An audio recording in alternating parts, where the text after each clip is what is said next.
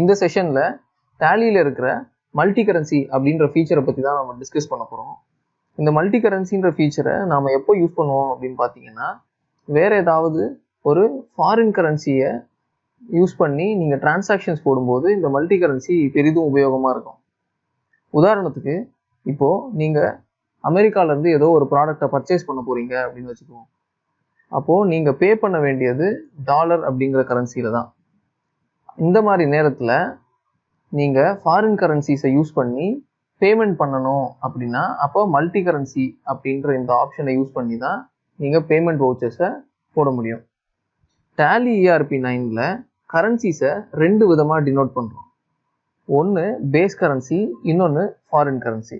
இந்த base currency அப்படின்றது என்னென்னா, கம்பெனி கிரியேட் பண்ணும்போது கண்ட்ரி அப்படின்னு இருக்கிற செக்ஷனில் நாம் எந்த கண்ட்ரியை ரெப்ரசன்ட் பண்ணுறோமோ அந்த கண்ட்ரியோடைய கரன்சி தான் பேஸ் கரன்சி. அதை தவிர்த்து மற்ற எல்லாத்தையுமே நாம் ஃபாரின் கரன்சின்னு தான் சொல்கிறோம். டேலி ERP9ல் ஒரே சமயத்தில் மல்டிபிள் கரன்சிஸை நம்மளால் ஹேண்டில் பண்ண முடியும். அது மட்டும் இல்லாமல் balance sheet, profit and loss, இந்த மாதிரி எல்லா டிரான்சாக்ஷன்ஸையுமே அதோடைய ரிப்போர்ட்டையுமே நம்மளால் மல்டி கரன்சி யூஸ் பண்ணியே கூட பார்க்க முடியும். நாம் ஃபாரின் கரன்சிஸ் யூஸ் பண்ணி பண்ணுற எல்லா டிரான்சாக்ஷனையுமே பேஸ் கரன்சியில் ஆட்டோமேட்டிக்காகவே அது சேஞ்ச் ஆகிடும்.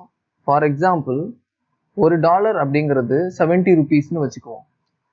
நீங்கள் ஒரு ப்ராடக்டை $100 கொடுத்து வாங்கினீங்கன்னா ஆட்டோமேட்டிக்காகவே அது 7000 அப்படின்ற பேஸ் கரன்சிக்கு மாறிடும். இதுபோல் மல்டி கரன்சியை ரொம்ப ஈஸியாகவும் சிம்பிளாகவும் டேலி யூஸ் பண்ணி நம்மளால் ஹேண்டில் பண்ண முடியும். டேலியில் மல்டிபிள் கரன்சிஸை யூஸ் பண்ணி டிரான்சாக்ஷன்ஸ் எப்படி போடுறது அப்படிங்கிறத ஸ்டெப் பை ஸ்டெப்பாக இப்போ பார்க்கலாம். மல்டிபிள் கரன்சிஸ் போடுறதுக்கு முதல்ல அதுக்கான ஃபீச்சர்ஸை எனேபிள் பண்ணணும். F11 கொடுத்து அக்கௌண்டிங் ஃபீச்சர்ஸ்குள்ளே போனீங்கன்னா இங்கே எனேபிள் மல்டிபிள் கரன்சி அப்படின்னு ஒரு ஆப்ஷன் இருக்கும். இந்த ஆப்ஷனை எனேபிள் பண்ணிக்கோங்க.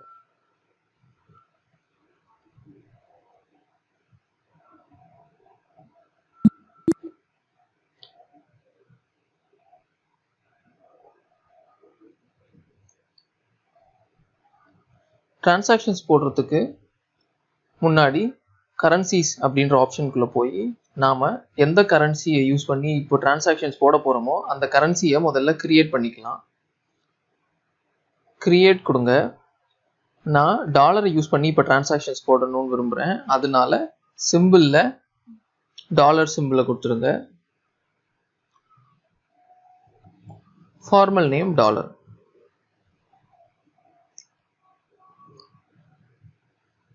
டெசிமல் பிளேசஸை பற்றியெல்லாம் நம்ம எதுவும் சேஞ்சஸ் பண்ண தேவையில்லை. அதனால இந்த ஆப்ஷனை அப்படியே அக்செப்ட் பண்ணிட்டு Ctrl+A கொடுங்க.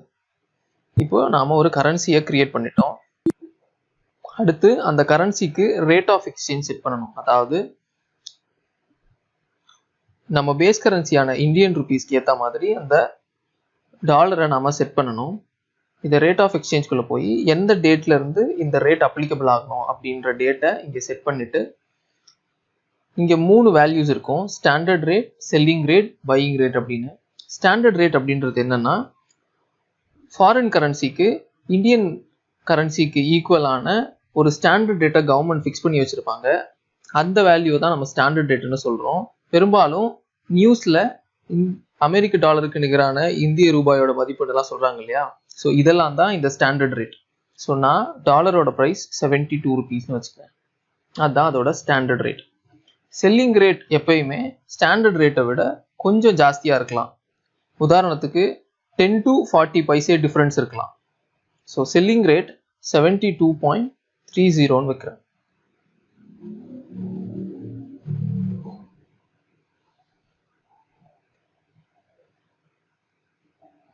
பையிங் ரேட் ஸ்டாண்டர்ட் ரேட்டை விட கொஞ்சம் கம்மியாக இருக்கும். அதே 10 to 30 or 40 பைசேக்குள்ளே தான். ஸோ 71.70 பைசே அப்படின்னு செட் பண்ணிக்கிறேன். ஸோ நான் பர்ச்சேஸ் பண்ணும்போது பையிங் ரேட் அப்ளிகபிள் ஆகும். சேல் பண்ணும்போது செல்லிங் ப்ரைஸ் அப்ளிகபிள் ஆகும். கண்ட்ரோல் ஏ கொடுத்து இந்த கரன்சி ஆல்ட்ரேஷனை அக்செப்ட் பண்ணிக்கிறேன். இப்போது நான் ஒரு டிரான்சாக்ஷனுக்கு தேவையான கரன்சியும் கிரியேட் பண்ணிட்டேன். அந்த கரன்சிக்கு ரேட் ஆஃப் எக்ஸ்சேஞ்சில் வேல்யூ செட் பண்ணியாச்சு. இதுக்கப்புறமா நமக்கு தேவையான பேசிக் லெட்ஜர்ஸ் எல்லாம் நீங்கள் லெட்ஜர்ஸ் ஆப்ஷனுக்குள்ளே போய் கிரியேட் பண்ணிக்கோங்க. நான் ஏற்கனவே எனக்கு தேவையான லெட்ஜர்ஸ் எல்லாம் கிரியேட் பண்ணிட்டேன். எந்த டிரான்சாக்ஷன் போடுறதுனாலும் நமக்கு இன்வென்ட்ரி ரொம்ப முக்கியம்.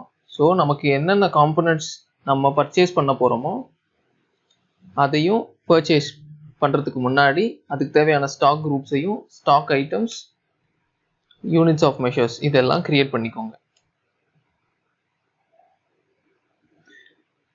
இப்போ நம்ம டிரான்சாக்ஷன் போடணும். அதுக்காக அக்கௌண்டிங் ஓச்சரில் போய் முதல்ல நான் பர்ச்சேஸ் போடுறேன்.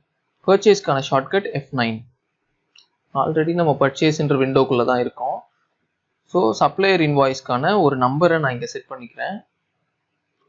எந்த டேட்டில் போடுறோமோ அந்த டேட்டை நாம் இங்கே மென்ஷன் பண்ணிக்கணும். பர்ச்சேஸ் பொதுவாக நம்ம சப்ளையருக்கு தான் போடுவோம். ஸோ இங்கே சப்ளையரை நான் செலக்ட் பண்ணிக்கிறேன். பர்ச்சேஸ்ன்ற லெட்ஜர் ஆட் பண்ணிக்கோங்க. இப்போ என்ன ப்ராடக்ட்டை நீங்கள் பர்ச்சேஸ் பண்ண போகிறீங்களோ அதை இங்கே என்ட்ரு பண்ணுங்க. நான் கீபோர்டுன்னு என்ட்ரு பண்ணுறேன். எனக்கு 5 கீபோர்டு வேணும். இந்த 5 கீபோர்டையும் நான் டாலர் அப்படிங்கிற கரன்சியை யூஸ் பண்ணி தான் பர்ச்சேஸ் பண்ண போகிறேன். அப்போது Shift 4 கொடுத்தீங்கன்னா டாலர் சிம்பிள் வந்துடும். ஃபாலோட் பை எவ்வளோ டாலருக்கு ஒரு கீபோர்டை நீங்கள் பர்ச்சேஸ் பண்ண போகிறீங்க அப்படின்ற டாலரோட நம்பரையும் இங்கே செட் பண்ணிக்கோங்க. நான் ஒரு கீபோர்டை $3 வாங்குறேன் அப்படின்னு செட் பண்ணிக்கிறேன். ஸோ என்ட்ரு பண்ணதும் 5 × 3 $15 அப்படின்னு இங்கே என்ட்ரு ஆகிடும். இப்போது ஒரு என்ட்ரு கொடுத்ததும் ரேட் இன் ஃபாரெக்ஸ் காட்டும். இந்த ரேட் இன் ஃபாரெக்ஸ் அப்படின்றது ஃபாரின் எக்ஸ்சேஞ்ச் யூஸ் பண்ணி நீங்கள் பர்ச்சேஸ் பண்ண போகிறதுனால $3ன்னு நாம் ஒரு யூனிட்டோட ப்ரைஸை மென்ஷன் பண்ணியிருக்கோம். அதனால ஒரு யூனிட்டோட ப்ரைஸ் $3 அப்படின்றத ரேட் இன் ஃபாரெக்ஸில் காட்டும். இதோட எக்ஸ்சேஞ்ச் ரேட், அதாவது இந்த டாலருக்கு நிகரான இந்திய ரூபாயோட மதிப்பு 71.70. அதாவது நான் பர்ச்சேஸ் பண்ணுறதுனால பையிங் ரேட் இந்த இடத்துல எனக்கு மென்ஷன் ஆகும். அப்போ நான் $3 இன்ட்டு $3 மல்டிப்ளை பை 71.70 கொடுத்தீங்கன்னா ஒரு யூனிட்டோட ப்ரைஸ் 215 rupees 10 paise ஆகுது. ஸோ இப்படி தான் நாம் கொடுக்குற ஃபாரின் கரன்சியில் நாம் பர்ச்சேஸ் போடுற பொருள் பேஸ் கரன்சிக்கு, அதாவது இந்தியன் கரன்சிக்கு ஆட்டோமேட்டிக்காகவே சேஞ்ச் ஆகும். இப்போ டோட்டலாக நான் 5 யூனிட் வாங்கியிருக்கேன். அந்த 5 யூனிட்டோட ப்ரைஸு $15. இதை 71.70 அப்படிங்கிற பேஸ் கரன்சிக்கு நீங்கள் சேஞ்ச் பண்ணிங்கன்னா 1075 rupees 50 paise ஆகுது. ஸோ இப்படி தான் வேறு கரன்சியை யூஸ் பண்ணி நாம் பர்ச்சேஸ் போடுவோம். இப்போது நாம் பர்ச்சேஸ் போட்டிருக்கோம். அடுத்து நம்ம பேமெண்ட் போடணும். அதாவது நம்ம சப்ளையருக்கு நம்ம பர்ச்சேஸ் பண்ணதுக்கு நம்ம பே பண்ணோம். அதுக்கு F5 கொடுத்தீங்கன்னா பேமெண்ட் வவுச்சர் கிரியேஷன் ஓப்பன் ஆகும். இதில் எந்த அக்கௌண்ட்டை யூஸ் பண்ணி நீங்கள் பேமெண்ட் கொடுக்க போகிறீங்களோ அந்த அக்கௌண்ட்டை இங்கே செலக்ட் பண்ணிக்கோங்க. யாருக்கு நம்ம பணம் கொடுக்க போகிறோமோ அவங்கள பர்டிகுலர்ஸில் ஆட் பண்ணிக்கணும். ஆக்சுவலாக நாம் சப்ளையருக்கு தான் இப்போ நம்ம பேமெண்ட் கொடுக்கணும். சப்ளையர் பார்த்தீங்கன்னா கரண்ட் பேலன்ஸ் 1080 rupeesனு காட்டும். ஆக்சுவலாக நாம் பர்ச்சேஸ் போட்டது பேஸ் கரன்சியில் ஆட்டோமேட்டிக்காகவே மாறிடுச்சு. ஆனால் நீங்கள் பேமெண்ட் போடும்போது எந்த கரன்சியை யூஸ் பண்ணி பர்ச்சேஸ் பண்ணீங்களோ அதே கரன்சியில் பேமெண்ட் போடுறது தான் கரெக்டாக இருக்கும். ஸோ என்னோட டோட்டல் வேல்யூ $15 இருந்தது. ஸோ நான் Shift 4 கொடுத்து டாலர் சிம்பிள் கொடுத்துட்டு $15ன்னு என்ட்ரு பண்ணி ஒரு என்டர் கொடுத்தேன்னா $15.7170 அப்படின்னு பேஸ் கரன்சி கன்வெர்ட் ஆகும். ஸோ 1075 rupeesக்கு கன்வெர்ட் ஆயிடுச்சு. இது அகெயின்ஸ்ட் ரெஃபரன்ஸில் நான் கொடுத்துட்றேன்.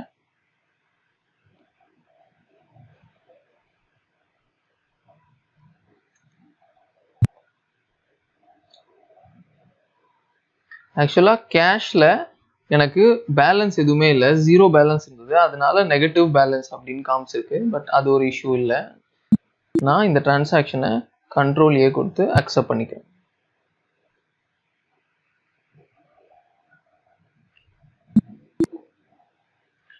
அடுத்து இதே மல்டிபிள் கரன்சியை யூஸ் பண்ணி, அதாவது ஃபாரின் கரன்சியை யூஸ் பண்ணி சேல்ஸ் எப்படி போடுறதுன்னு பார்ப்போம். அக்கௌண்டிங் வவுச்சருக்குள்ள போயிடுங்க.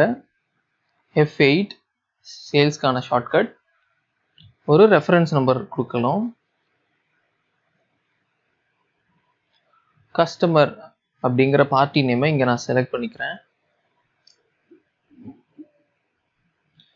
சேல்ஸ் அப்படிங்கிற லெட்ஜரை ஆட் பண்ணிக்கோங்க. இப்போ நம்மக்கிட்ட எந்த காம்பனண்ட் ஆர் எந்த ப்ராடக்ட் ஸ்டாக் இருக்கோ அந்த ப்ராடக்டை தான் நம்ம சேல் பண்ண முடியும். ஸோ கீபோர்ட் அப்படிங்கிற ப்ராடக்டை நான் என்ட்ரு பண்ணிக்கிறேன். நான் 3 யூனிட் சேல் பண்ண போகிறேன். ஒரு யூனிட்டை நான் $3 வாங்கினேன், $5 சேல் பண்ணுறேன்னு வச்சுப்போம். அப்போது Shift 4 கொடுத்தீங்கன்னா டாலர் சிம்பிள் வந்துடும். $5 அப்படின்னு நீங்கள் என்ட்ரு பண்ணுங்க. 3 × 5 அதே $15 தான் வரும். ஆனால் ரேட் ஆஃப் எக்ஸ்சேஞ்சில் டிஃப்ரென்ஸ் இருக்கிறத பாருங்க. நம்ம பர்ச்சேஸ் பண்ணும்போது 71.70 அப்படின்ற பையிங் ரேட் நம்ம செட் பண்ணியிருந்தோம்.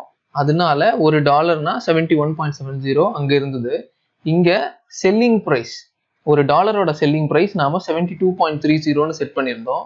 அதனால நம்ம சேல் பண்ணும்போது 72.30 per டாலர் அப்படின்னு ரேட் ஆஃப் எக்ஸ்சேஞ்ச் செட் ஆயிருக்கு. அப்போ ஒரு யூனிட்டை நாம 361.50 அப்படின்ற ருபீஸ்க்கு சேல் பண்றோம். இப்போ இந்த டிரான்சாக்ஷன்ல டோட்டலா நமக்கு 1084 rupees 50 paise 3 யூனிட்ஸை சேல் பண்றது மூலமா நமக்கு ரெவென்யூ ஜென்ரேட் ஆகுது. Ctrl A கொடுத்து இந்த டிரான்சாக்ஷனை நான் அக்செப்ட் பண்ணிக்கிறேன். நாம சேல் பண்ணிட்டோம். இப்போ கஸ்டமர் கிட்ட இருந்து நாம பேமெண்ட்டை ரிசீவ் பண்ணணும். அதுக்கு நாம ரிசிப்ட் அப்படிங்கிற வவுச்சர் போடுவோம். இங்க ரிசிப்டை செலக்ட் பண்ணிக்கோங்க. ஸோ அக்கௌண்டிங் வவுச்சர் கிரியேஷன்ல ரிசிப்ட் அக்கௌண்டிங் வவுச்சர் உங்களுக்கு இங்கே ஓப்பன் ஆகும். எந்த அக்கௌண்ட்டை யூஸ் பண்ணி நீங்க கஸ்டமர் கிட்ட இருந்து ஃபண்ட் ரிசீவ் பண்ண போறீங்களோ அந்த அக்கௌண்ட்டை இங்கே நான் செட் பண்ணிக்கிறேன். நான் கேஷ் அப்படிங்கிற அக்கௌண்ட்டை செட் பண்ணிக்கிறேன். கஸ்டமர் தான் நமக்கு பேமெண்ட் கொடுக்க போறாரு இப்போ. அதனால பர்டிகுலர்ஸ்ல கஸ்டமர் செலக்ட் பண்ணிக்கோங்க. 1080 rupees அப்படின்னு கரண்ட் பேலன்ஸ் காட்டும். ஆக்சுவலா $15. Shift 4 கொடுங்க. 15ன்னு செட் பண்ணுங்க. ஒரு என்ட்ரு கொடுத்ததும் ரேட் ஆஃப் எக்ஸ்சேஞ்ச் அக்செப்ட் ஆகும். அகெயின்ஸ்ட் ரெஃபரன்ஸ் Ctrl A கொடுத்து இந்த டிரான்சாக்ஷன் அக்செப்ட் பண்ணிக்கலாம். ஸோ இப்படி தான் மல்டிபிள் கரன்சி ஆர் ஃபாரின் கரன்சியை யூஸ் பண்ணி டிரான்சாக்ஷன் நம்ம போடணும். இந்த வேற கண்ட்ரியோட கரன்சியை யூஸ் பண்ணி போடுற டிரான்சாக்ஷனை தான் நாம மல்டிபிள் கரன்சி அப்படின்னு சொல்றோம்.